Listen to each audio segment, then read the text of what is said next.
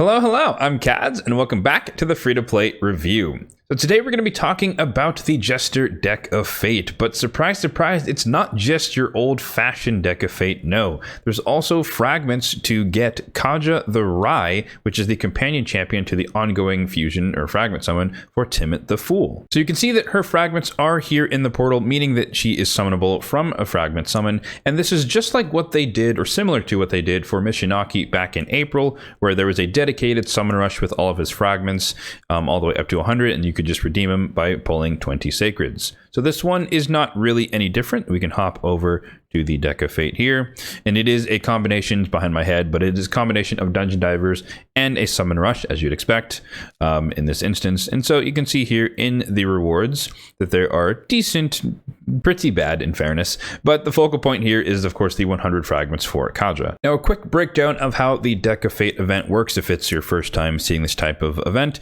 is that there are 40 cards total, and I believe the breakdown, well, it's changed. We'll get to that in a second, but there are common cards, rare cards, and epic cards. And if you were to pull 3 of a kind in a row, then you have a chance to get any of these respective rewards depending on the tier of the triplet that you might pull. But that means that if you pull 2 rares and then 1 common, it's over, you didn't get it, and you'd have to restart and hope to get 3 commons, or the same thing for 3 epics. You get the point. So 3 of a kind gives you a chance, a very, very low chance, I might add, to get one of these rewards, because getting 3 of a kind in a row is very, very hard to do.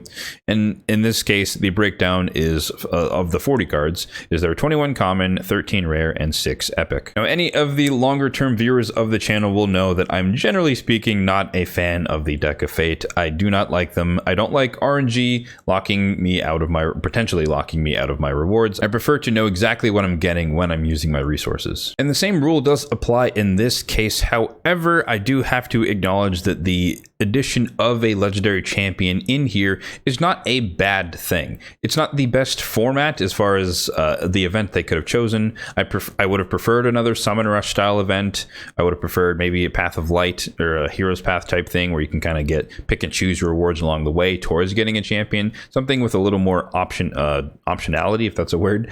But in this case, it's not the worst thing to have a champion be there, because then it's like, well, I know that if I do go all in, and at 20 sacreds in this case, we can talk about the other shard types as well, but if you go all in, you know that you're guaranteed to get a champion, which is a nice return in addition to everything else you can see here. So since I mentioned it already, let's take a look specifically at the Summon Rush aspect first and talk about how many shards it's going to cost if you wanted to use different types. So sacreds, 2,000 pumpkins or whatever currency per pop. Again, there are 40 cards, meaning that you would need 20 sacreds. Primals will give you 800 per pop, which is equivalent to 50 primals if you wanted to get all the way through the event. For void shards, it's 350 pumpkins per. That would mean that you would need 115 voids if you wanted to do that. And then the ancient shards are down at 130, which means you need over 300 ancient shards to be able to do all the way out to 40,000. Now, bear in mind that this is entirely RNG based as far as which tier of cards you're going to get in which order. And so technically, you don't have to pull all the way out to 20 sacreds if that is your shard of choice. You might get lucky and you might get all the fragments in the first 10 or the first 15 or whatever. But if you're going for this, because again, you have to be prepared to go all in. And so I would advise, if you are going for this, that you would make sure that you have enough to go all the way in. Otherwise, you just might get partially done, and then you just kind of wasted some resources and didn't really get all the way to the rewards that you wanted. I also did see a screenshot from another player that showed all of the fragment nodes within the deck here, so I can mention those to you right now. There are 5 epic cards, so 5 out of the 6 epic cards are 10 fragment nodes, so that's half or 50 of the fragments, the last epic card being the legendary tome here. And then there are 10 rare cards with 5 fragments each, so that's the other 50. And then all of the commons are the rest of the crap here that are not any of the fragments. So it's only the rare and the epic cards. Some of the rare and some of the epic cards have the fragments entirely. So that's what you'll have to aim for. You'll have to make sure that you basically get all of the rare cards and all of the epic cards, and at that point you could technically stop unless you're really chasing some of the commons. And we kind of skipped over it, but honestly is somewhat ignorable in this instance. But there is the Dungeon Divers aspect of it, where if you just do, in this case, I think Dragon's going on for the next couple of days into, I want to say, Ice Golem, as far as the fusion events go. And so technically you can get some points. You can offset a few sacreds here or there with some of these points. But in fairness, and we can kind of transition over to a spreadsheet here, the amount of coins you get in return for running dungeons is not that great. It's never been great. It's never recommended for any of these types of events, either the Hero's Path or the Decks of Fate. And in this case, it's actually worse than usual. So I preserved the old values here so you can kind of see them. But these are the current values in this current iteration of the Deck of Fate. They do tend to tweak these values, so it's not permanent. These are going to be the values forever. They might jump back up to where they used to be on a different event where you're more inclined or more meant to mix in the divers. In this case, they're definitely forcing you or suggesting, heavily recommending that you do this with shards. So you can see in terms of this specific event that the average currency per energy is pretty low, all below 0.1 or below 1. And then the average currency per run is somewhere on the edge of 15 to 16, which is not great. And if I were to just, for example, put back in the old values, you can see that we're kind of in the ballpark more of upwards of 30, somewhere 25 and 30 currency per run, per dungeon run, depending on your stage. You can see there normal mode and hard mode. And then basically, I want to say around 40% less, 40 to 50% less than before. So not the best in terms of doing dungeon divers as far as getting some points here. It's going to require a scrupulous amount of energy that's not even worth mentioning here, somewhere in the tens of thousands over the course of 3 days. No one has that. Don't recommend it. If you want to do this event, definitely focus on pulling some shards. So what is my plan relative to this Jester Deck of Fate? As I mentioned earlier, generally speaking, I ignore these, I skip them, I don't really participate, or I put in minimal effort. But the intertwining of this with a guaranteed event has made me consider this a lot more than I usually do. And I'll just jump to the point here. I'm gonna go for this. I think it's worth it in my unique case. And there's a multitude of reasons for that. Let's talk about a few of them. First of all, I have the shards, right? That's the easiest point to mention. I have 64 sacreds. Yes, they're all free to play obtained. I just save them over time for events just like this, guaranteed events. And pulling up to 20 would not put a dent in my capability for doing fusions and other things that are important as well. And granted, it won't necessarily take all 20 shards. I could get luckier and it could be done in 15, 16 or whatever, like I mentioned earlier. The second thing is that she actually does fill a hole in my roster. So if we quickly review her kit here, she is a support champion with really good base stats and high base speed. I think it's 112 when she's fully ascended. But the A1 just heals herself, heals Timit if he's on the same team, no big deal. You have a full team revive here, 50% HP, 50% turn meter with increased crit rate and crit damage. Again, this is more of a arena focused ability here. There's some counterplay with Timit the Fool as well. But as far as her in isolation, we'll start there. 4 turn cooldown, full team AoE revive, which is pretty useful. And then on top of that, turn meter fill. But it starts with that, which is good for like torment and stuff. Removes 2 random debuffs, so partial cleanse, not a full cleanse, admittedly, unless Timit's on the same team. We'll get to that later. And then places block debuffs on all allies for 1 turn. Now, I do wish that was 2 turns, in fairness, but 1 turn is good enough for just an opening ability in the arena. Everyone should be cleansed of 1 or 2 debuffs if the enemy team went first. And then she just you have block debuffs on you for 1 turn to deal with a torment or a hegemon or whatever might have gone first. And on the passive as well, she does have some immunity or some reduced effects when it comes to turn meter reduction. So she's great against a Lysandra or a Lady Kimmy and stuff like that. Other speed champions, she just won't be slowed down as much, and then she's completely immune when paired with Timit. So overall, what she can do is that she can be your opening champion, your fastest champion, turn meter fill, cleanse if anything happens to be on your team, but if nothing's on your team, regardless, you still get block debuffs for at least 1 turn. And then if you need to pick up people later on a 4-turn cooldown, you have a full team AoE revive, and then she can keep herself alive by healing on the A1.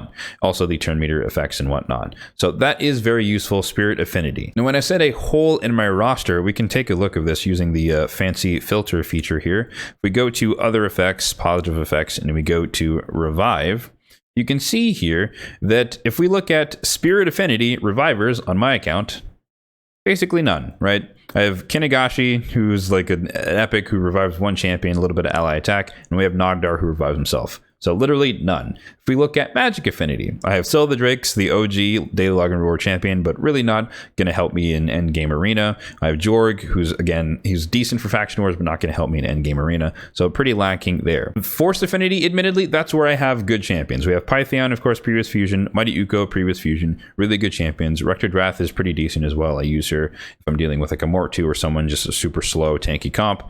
So Force affinity covered. Void affinity, we have Arbiter, who does her job very well. Lydia can kind of do it a little bit if she's denying revival on the enemy team. And then Godseeker and Eerie if I need it more for PvE content. So Blind Seer as well, I guess, is in the word works, but I think she needs a buff if I was actually going to use her in arena. But point being, I don't have that many revivers and ones that are specific to arena. So having a reviver who can also fill turn meter, be built super fast, and in my case be built in immunity, in a lot of people's cases should probably be in Stone Skin, is something I just don't have, and I don't have that specialty, that niche full or filled, and so that would be useful for me on my account. Number 3 is, of course, that we can't ignore the fact that the Timit fusion is still ongoing, or Timit fragment summon is still ongoing, and so I've announced it already that I'm going for that, and so that this would guarantee me that I do have the duo, which does means I have the more powerful level of Timit's kit available, which is advantageous, particularly for live arena and stuff like that, because he is effectively not going to get polymorphed by reducing the duration of buffs,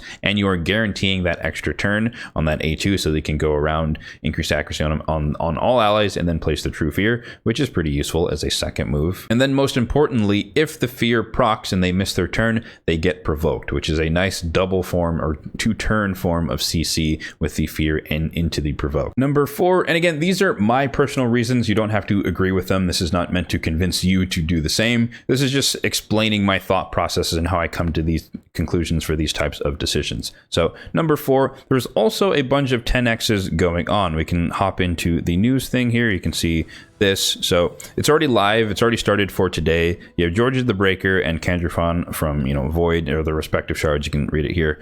And so that's for today. For tomorrow, you have Valkynon from Voids, and you have Prince Kymar from the rest. And then on the third day, you have Hegemon from Voids and Ultimate Death Knight from the rest. So in my case, we know how I feel about Kandrifon. I'm not going to get on that soapbox. Prince Kymar, I don't have him, and he would be eternally useful, that's for sure, especially if I get some other champions that are more useful with the reset.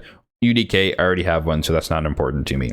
Hegemon from Voids, he's okay. He's kind of a niche pick now in live arena if you know you're going against a team that's not prepared for it. So he still gets some play, but he's kind of fallen off the meta in fairness. Valkynon is pretty powerful from what I've seen, but he's not a champion that I would really be trying to pull a bunch of Voids to get. Georgia the Breaker is someone who I'd be tempted to pull for, but it's going to cost 100 and something Voids if I wanted to go all in on Voids. In my case, I think I'm like 70 shards away from a guaranteed air quotes Void Legendary, so it could be worth it, but he's not the top of my list for Void Legendary, so I'd rather save those for like a 10x on Yumiko or something like that. So all that to say that it's advantageous that there is also going to be a 10x on Prince Kymar, who would be useful. He's not one of my most wanted legendaries, but it would be useful. 10x does not mean I'm guaranteed to get him by any means. It's close to like a 5% chance if you get a legendary at all that you would get the 10x champion, specifically if there's only one. So I'm not hedging my bets that's going to happen. I'm more likely 95% chance to get any other legendary,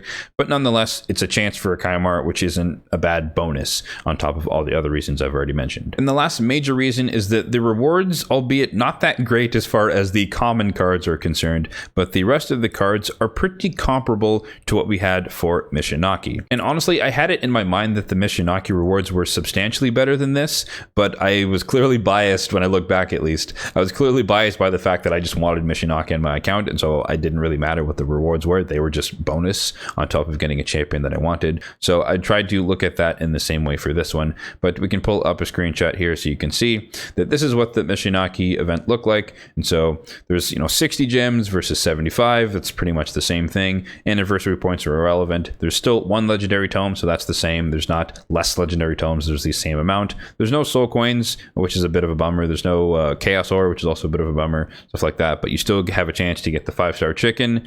There's no epic book, I guess, but for me that's not really that useful. I have like 400 epic tomes. The energy though, this time you get 1,000 energy compared to, or over 1,000 energy compared to only 300 energy. So that's a big difference, and then also you get a barrel in this one. So that's what I'm saying. They're not exactly the same. And again, the common cards are absolute garbage with the brews and the lower mid-tier potions and the little, I mean, I guess rank and rarity charms are pretty useful.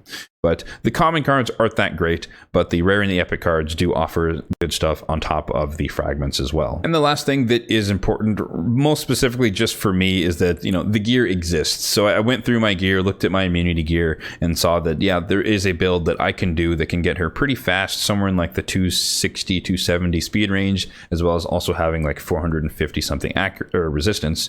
And so decent build in immunity, and so she could be just a champion that's great for live arena, that's not too far, or she's not as fast as Arbiter, but she's not as resistance or tanky as like my Python, for example. So she's somewhere in the middle, but also has speed boosting capability, also has the immunity on herself, and then can also bring immunity for the rest of the team with the partial cleanse, or a full cleanse if I do decide to run the duo together. So lots and lots of reasons and incentive for me to go for this, and thus I am going for it. I did have to think about that for a while, watched a couple of other creators' videos to see their opinions as well. The general sentiment that I was getting from those videos was that you should go for this if you have the charge to spare. It's not really that bad of a deal overall. You're guaranteed to get Kaja the Wry, and you have the potential to get some other legendary or legendaries along the way, which could be the Prince Chimera if you're pulling on his day, or it could be any of the other ones featured in the 10Xs, or you could just get another legendary champion on your account. So my personal recommendation would be to, yes, go for this if you do have the charge to spare, if you can take the hit and are willing to pull up to 20 sacred shards, or if you're pulling whatever shards for Chimera already, then you're pulling shards already. If you're pulling for Georgid already, then you're pulling for him already, and so you just get Kaja the Wry along the way while you're pursuing the other 10X events. So that's my take on the Jester Deck of Fate. Let me know in the comment section down below how you guys feel about this event. Are you tempted to pull? Do you feel that she's worth it, or do you feel that some multitude or combination of reasons would make her worth it for you? As always, if you did find this video helpful, then be sure to hit that like button down below, and if you enjoyed the video, then be sure to subscribe to the channel for more content just like this one in the future. Thanks for watching, and have a good one.